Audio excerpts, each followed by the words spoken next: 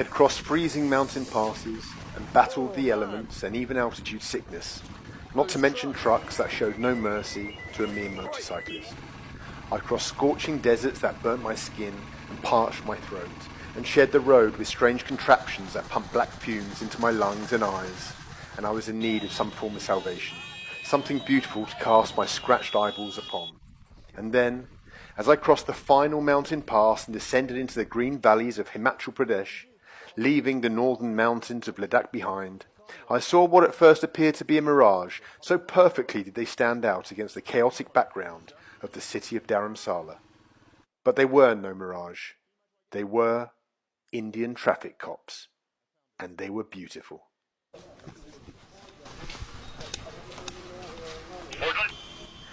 With their neatly pressed, figure-hugging uniforms and blue caps beneath which they wore their hair in immaculate hairdos, I stayed in the city an extra day, for no other reason than to gaze upon them.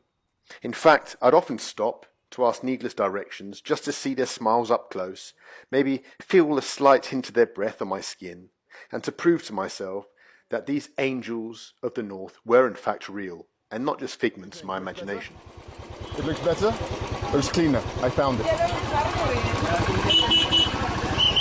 बहन जी आपको मालूम कहाँ है car wash यहाँ पे car wash जी कहाँ है जी नहीं है कहाँ नहीं है you don't know वेल्डिंग ठीक है कहाँ है petrol station ji straight left side right side thank you. Now perhaps you think it was wrong to stalk these innocent damsels of the foothills. But don't judge a man until you have walked in his shoes, or at least ridden on his motorbike. After weeks alone on the road, after cold nights spent huddled under warm blankets in metal shacks located in remote villages without so much as a welcoming smile to keep me company at night, and after accidents and collisions and the constant stress of surviving India's highways, I needed some kindness and beauty in my life, however briefly, and these female angels gave it to me, before once again I continued along the world's greatest road trip. It's an inauspicious start to the journey for two reasons.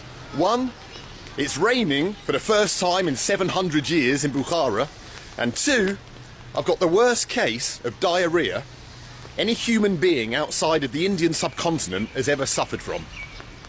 Bloody hell. Здравствуйте. Скажите мне, пожалуйста, что у вас сейчас для диарея? Таблетки или что-то? Самый сильный. Well, we've stopped off here in the middle of nowhere. Just I wanted to show you the sand dunes. The sand dunes that have begun here on the road to Khiva. This is what you think of when you think of the Silk Road. The Silk Road, that route that traversed between Europe and Asia, trading silks and spices and all manners of goods. Wow, and this is it. You can imagine European traders like Marco Polo with their Bactrian camels, bringing silk back to Europe, having to fight off marauding tribesmen of the desert. Wow. But that's not the real reason that I wanted to stop here in the middle of nowhere. The real reason is because I need to take a shit behind a sand dune where my driver can't see me. So excuse me for a few minutes. I'm bloody desperate. Bloody hell, this is so undignified.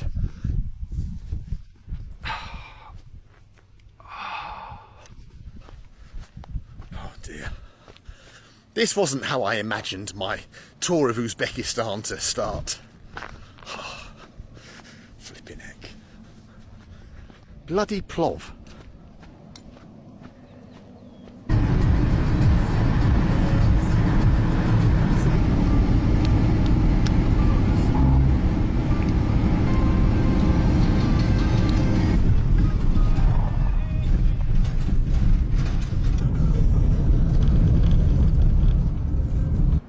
My driver stopped to in the middle of nowhere to ask directions on our way down to bloody Khiva. Flipping heck. Khiva? I feel like heaving. My stomach ain't good. I always wanted to come to Uzbekistan, see the Silk Road. I never thought it'd be in these circumstances.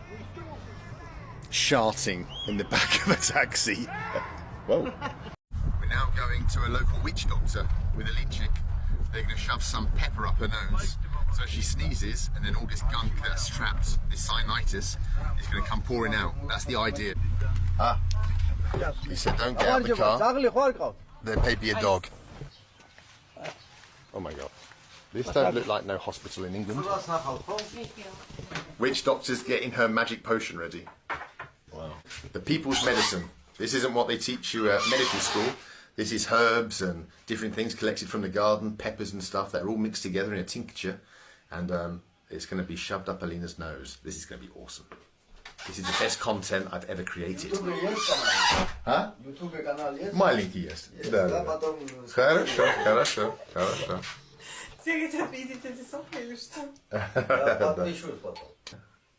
Little bit of cha-cha. Yes. There goes the pepper.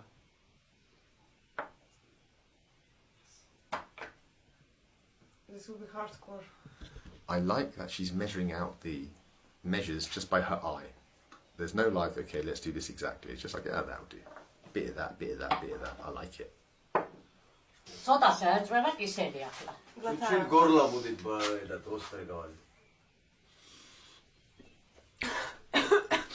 Here we go. Here we go.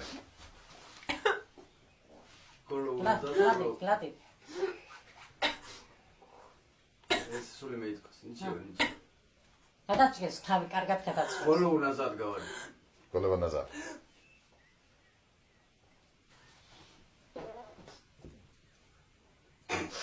Так. Whoa, whoa, whoa. Whoa, whoa, whoa, whoa. Finally. Come on. Now we're doing it like that. There we go. Yes, that's it. Get it in there. Oh,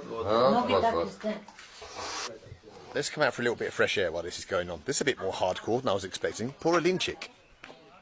There I was laughing at it. Bloody hell. Listen to this.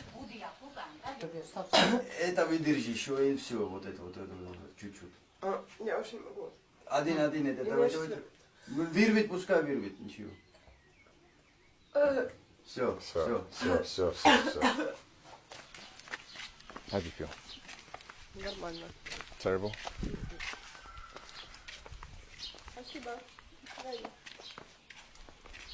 I feel the atmosphere has changed a little bit. The jolliness is gone.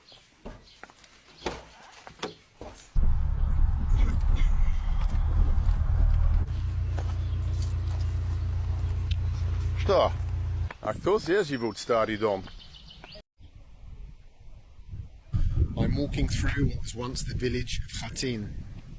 In March of '43, in retaliation for a partisan attack on a German convoy, the fascist invaders came to the village, locked over 180 people into a barn, poured petrol on it and set it on fire.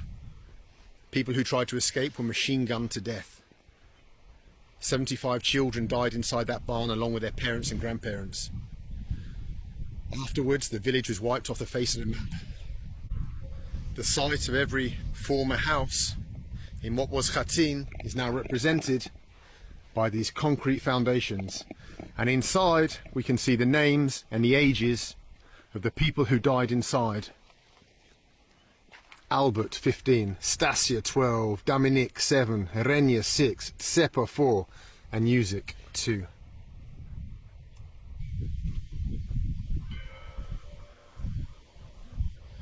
Of course, it wasn't just Khatin that suffered such a fate. Over 5,000 villages and settlements in Belarus were wiped off the face of the map, burnt down and destroyed by the Germans under the occupation. By the end of the war, over 2 million Belarusians had been killed. Here are some of the names of the villages.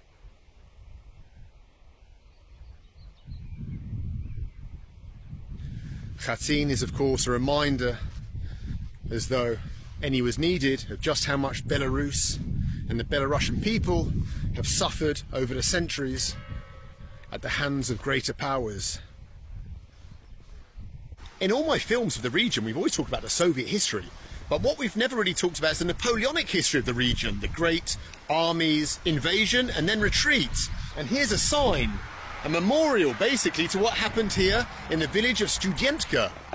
Now, you history buffs will know, but it says up here, from the 26th to the 28th of November 1812, the Russian army shelled the retreating Napoleonic army as they crossed the river Berezina. That's right. Let's go down now to the village itself and have a look at the river where that took place. Interesting.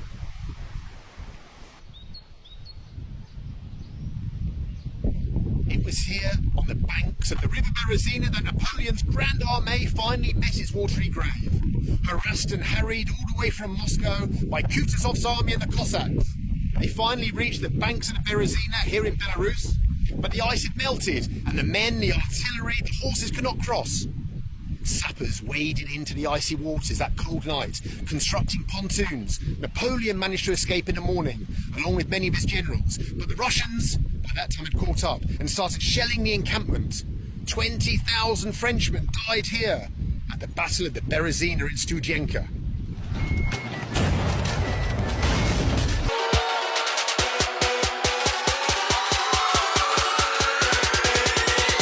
Spread your wings and fly, go!